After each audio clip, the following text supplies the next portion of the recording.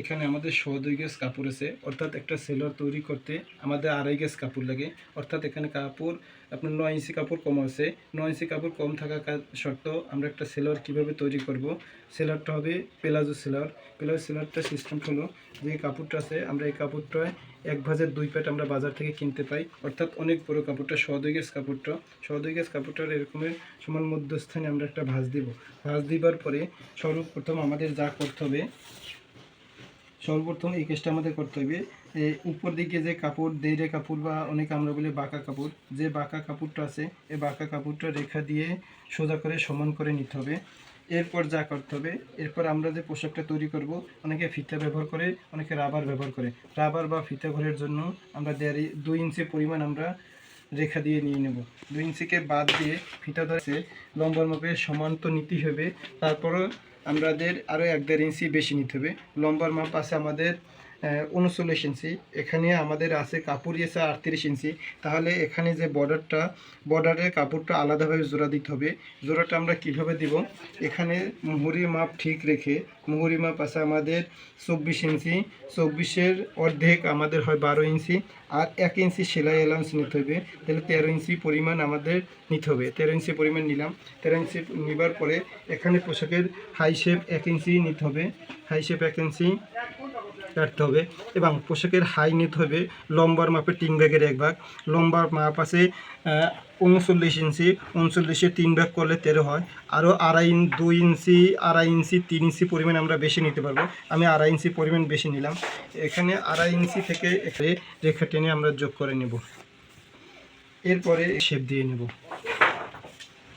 এই শেপটা দিলে হাই শেপ, এখানে পায়ের এখানে যে শেপটা দিয়েছে শেপটা কাটা হবে। আর এটা হবে খুব অল্প সময় চেষ্টা করলে সবাই কাটিংটা শিখতে পারবে। এখন এই যে কাপড়টা বাঁচলো, এই কাপড়টা দিয়ে নিচে বর্ডারে আমরা জোড়া দেব। এখন আমি কাটিংটা উপরে যে বাঁকা কাপড়টা আছে বা রেখা দিয়ে সোজা করছিলাম, এই রেখাটা আমাদের কেটে সোজা করে নিতে হবে। এরপর আমাদের পোশাকের হাই শেপটা কেটে নিতে হবে।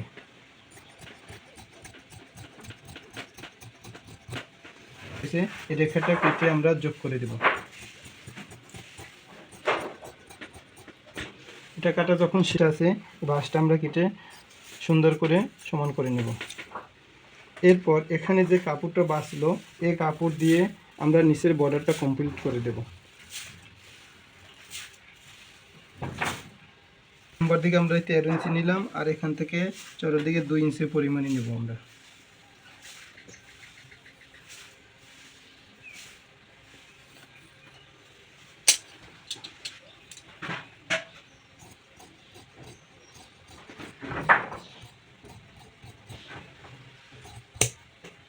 এই যে কাপড়টা দিয়ে, এই কাপড়টা দিয়ে আমরা নিচের দিকে বর্ডার দিয়ে দেবো। তাহলে আমাদের নিচের দিকে যে কাটতিটা আছে, কাটতিটা পূরণ হয়ে যাবে।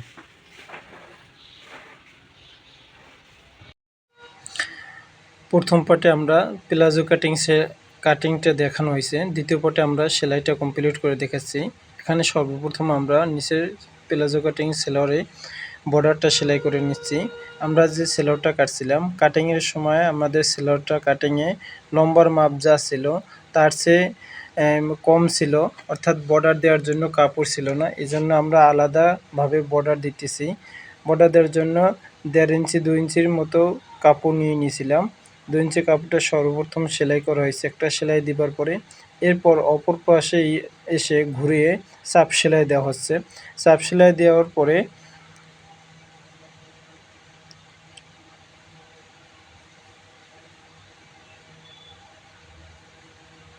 এভাবে করে চাপ সেলাইটা কমপ্লিট করে দিতে হবে।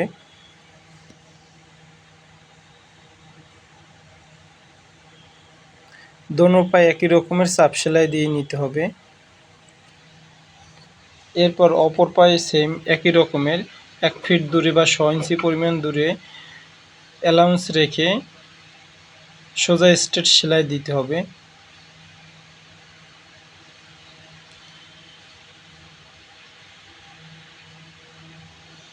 সেলাই কমপ্লিট হওয়ার পরে অপর পাশে কাপড়টা সম্পূর্ণ ঘুরিয়ে ছোট একটা ভাঁজ দিয়ে যে সেলাইটা দেওয়া হয়েছে ওই সেলাইটা যেন না দেখা যায় এরকমের করে একটা সেলাই দিতে হবে। এখন যে সেলাইটা দেওয়া হয়েছে এটা মূলত চাপ সেলাই। চাপ সেলাই দেওয়ার সময় খেয়াল রাখতে হবে নিচের সেলাই যেন না দেখা যায়। এভাবে আস্তে আস্তে করে সেলাইটা কমপ্লিট করে দিতে হবে।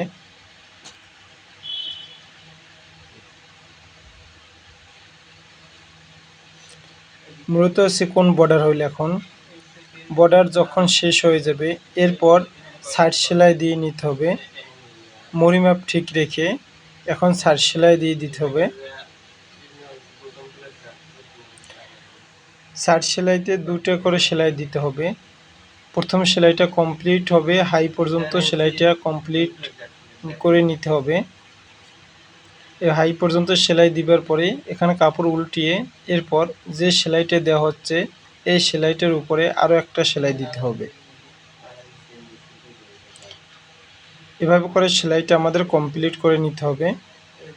এ পায়ে যেরকমের সেলাইটা দেওয়া হচ্ছে সেম অপর পার্টও সেম একই রকমের সেলাই দিতে হবে।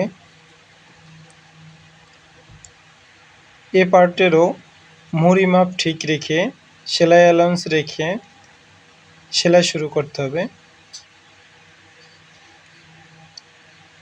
হাই পর্যন্ত সেলাই হবে। সেলাইটা কমপ্লিট হলো, এরপর কাপড় উল্টিয়ে এরপর আরও একটি সেলাই দিতে হবে, অর্থাৎ এখানেও ডাবল সেলাই দিতে হবে। সেলাই যখন কমপ্লিট হয়ে যাবে এক পার্টের ভিতরে হাত ঢুকিয়ে ভাও পাট করে নিতে হবে, অপর পার্ট উল্টো থাকবে। হাত ঢুকিয়ে দিয়ে যে পার্ট উল্টো আছে উল্টো পার্টের ভিতরে হাত ঢুকিয়ে দিয়ে সমান করে নিতে হবে। সমান করা হয়ে গেলে এরপর পোশাকের হাই ধরে সেলাই করে নিতে হবে। হাই সমান করে ধরে হাইটা সমান করে ধরে প্রথম একটি সেলাই দিতে হবে। হাফ ইঞ্চি দূরত্ব রেখে সেলাই দিতে হবে।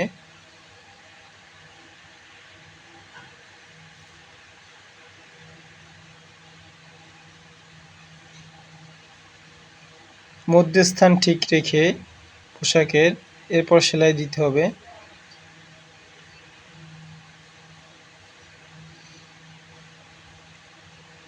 এভাবে সেলাইটা আমাদের কমপ্লিট করে নিতে হবে। সেলাই কমপ্লিট হয়ে গেলে কাপড় ঘুরিয়ে আরও একটি সেলাই দিতে হবে, অর্থাৎ দুইটা সেলাই দিয়ে সেলাইটা কমপ্লিট করে নিতে হবে সেলারের।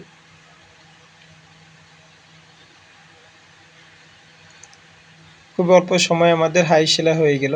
হাই সেলাই কমপ্লিট হয়ে গেলে এরপর পোশাকটা ভাও করে নিতে হবে, অর্থাৎ উল্টো পাটে ছিল পোশাকটা আমরা ভাও পাটে চলে আসছিলাম। এরপরে আমরা রাবার নিলাম পরিণত 23 ইঞ্চি পরিমাণ রাবার নিলাম। রাবারটা নেবার পরে একটা সেলাই দেওয়া হলো জয়েন্ট করলে, অর্থাৎ রাবারটা গোল করা হলো। গোল করার পরে এরপর আরও একটা সেলাই দেওয়া হলো। এই সেলাইটা কমপ্লিট হওয়ার পরে আমরা পোশাকের উল্টো পাটে ধরবো। উল্টো পাটে এমনভাবে ধরতে হবে 2 ইঞ্চি দূরত্ব রেখে এরপরে কাপড়টা ছোটো একটা ভাঁজ দিতে হবে। ভাঁজটা এমনভাবে দিতে হবে রাবারের উপরে যেন সেলাইটা না পড়ে। এভাবে করে সেলাইটা কমপ্লিট করতে হবে।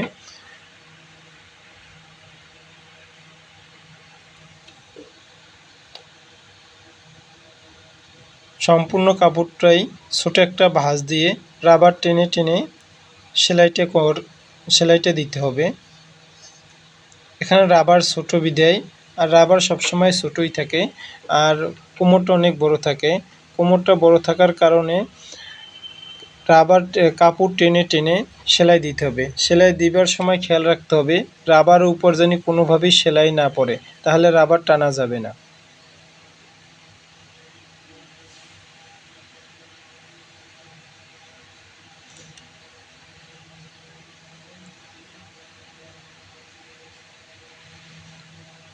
রাবারটা সেলাই খুবই অল্প সময়ের ভিতরে কমপ্লিট হয়ে গেল।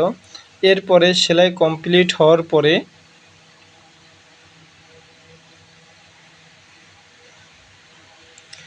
মেশিন থেকে কাপড়টা বের করতে হবে। বের করার পরে রাবার ধরে অল সাইডে টান দিয়ে সমান করে নিতে হবে। শুধু রাবার টেনে টেনে যেন কাপড় চতুর্দিকে সমান থাকে। সমান রাখার পরে আবারও মেশিনের ভিতরে ঢুকে এরপর সেলাই দিতে হবে। সেলাইটা সিস্টেমটা হলো সামনেও টান থাকবে এবং পিছনেও টান থাকবে। কাপড়ের রাবারের ভিতরে কাপড় যেন কোনো রকম কুঁচকে না যায়, জড়াই না থাকে, এরকম করে আস্তে ধীরে সেলাই করে নিতে হবে।